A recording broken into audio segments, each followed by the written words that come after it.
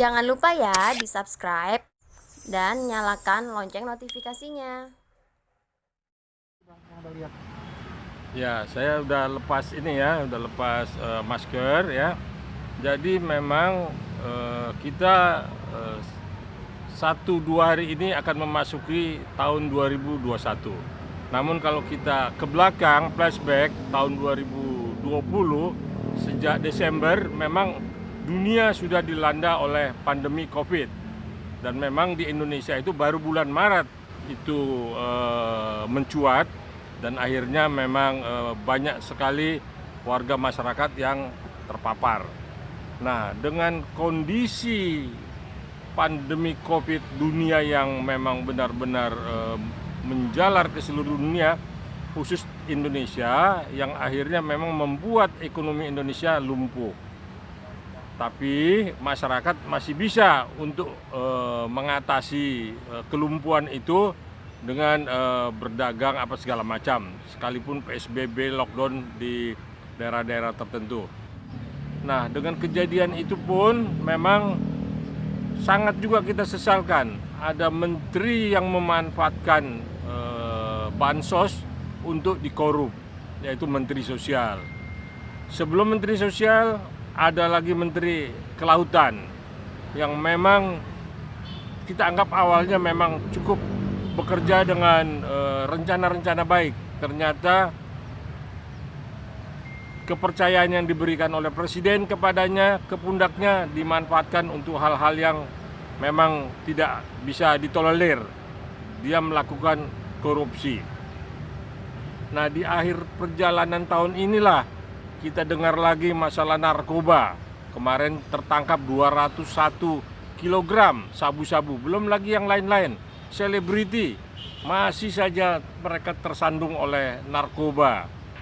Selain narkoba juga, mereka juga ada beberapa selebriti, artis-artis yang masih muda, yang masih cukup kita banggakan, ternyata terjerumus ke dalam prostitusi online.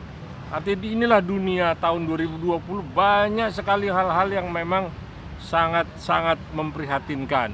Mulai dari Covid, narkoba, sampai prostitusi online.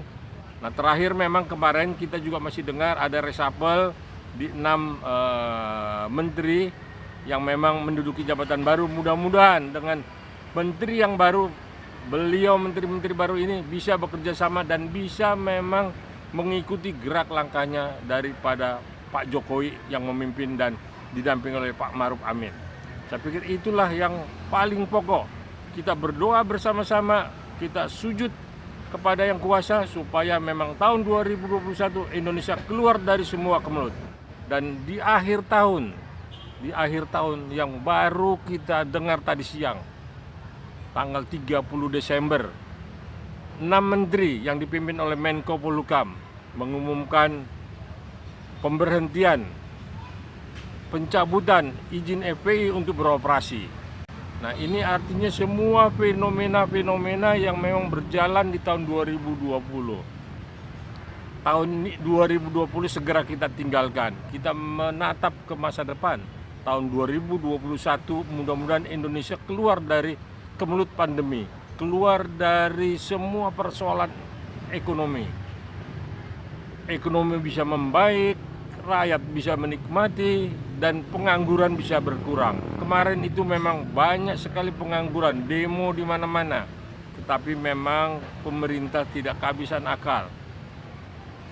Bekerja sama dengan pembantu-pembantu presiden, pemerintah daerah, masyarakat, kerjasama saling terpadu.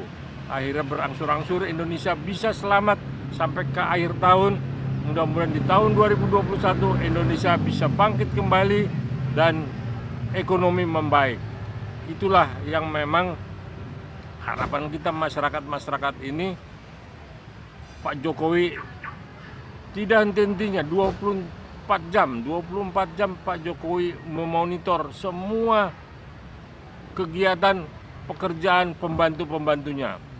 Dan kerjasama itu pun kita lihat baik dengan beberapa pemerintah daerah, kerjasamanya cukup baik, terlebih mengatasi pandemi.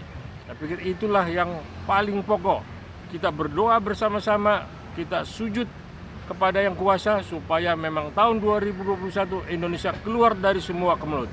Ekonomi membaik, rakyat pun bisa menikmati kemakmuran. Terima kasih. Jangan lupa ya di subscribe dan nyalakan lonceng notifikasinya.